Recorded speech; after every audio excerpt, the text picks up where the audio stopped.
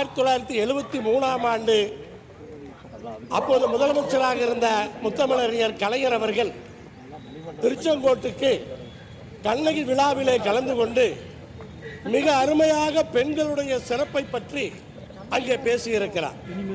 1953ஆம் ஆண்டு திருச்செங்கோட்டிலே ஆரம்பிக்கப்பட்ட கண்ணகி விழா இன்றைக்கும் தொடர்ந்து 72 ஆண்டுகளாக நடந்து கொண்டிருக்கிறது.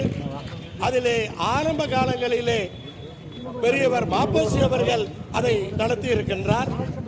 பிறகு அவரை தொடர்ந்து சிலம்பொலி செல்லப்பனார் அவர்கள் அந்த விழாக்களை நடத்தி இருக்கிறார். திருச்செங்கோடு TM காளியண்ணன் அவர்கள் அந்த விழாக்களை நடத்தி இருக்கிறார். அப்படி தொடர் அந்த முயற்சிகளிலே இன்றைக்கு எனக்கும் அதை திருச்செங்கோட்டிலே நடத்தக்கூடிய அந்த வாய்ப்பு கிடைத்திருக்கிறது. தொடர்ந்து திருச்செங்கோடு தொகுதியினுடைய அந்த பகுதியினுடைய மக்கள் இந்த விழாவின் போது சிலப்பதிகாரத்தினுடைய பெருமை பெரிய அளவில் பேசப்படுகிறது.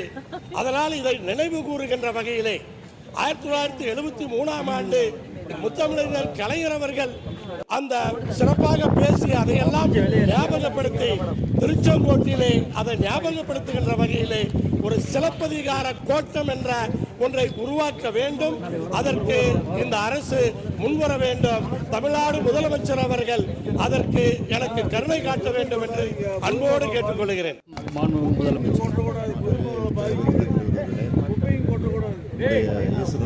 கோரிக்கை நிச்சயமாக ஏற்கனவே அவர் 2 முறை என்னை சந்தித்து இது குறித்து விவரமாக சொல்லியிருக்கிறார். அதற்குரிய ஆதாரங்களை எல்லாம் அடிப்படையாக வச்சு இன்றைக்கு கொண்டு வந்து தந்திருக்கிறார். அது குறித்து அதிகாரிகளுக்கு சொல்லி ஆய்வு செய்ய சொல்லியிருக்கிறேன்.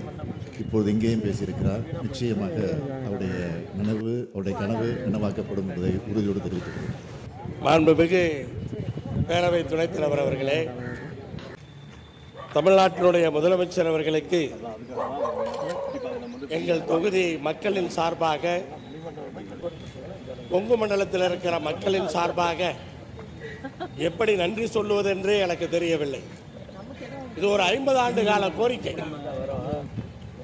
முத்தமிழர் கலைஞர் அவர்கள் 1973 வந்தார் என்று சொன்னேன். அன்றைய தேதியிலிருந்து இந்த கோரிக்கை திருச்செங்கோட்டில் இருக்கிறது. அதை இன்றைக்கு தமிழ்நாட்டினுடைய முதலமைச்சர் அவர்கள் நிறைவேற்றி கொடுத்திருக்கிறார்.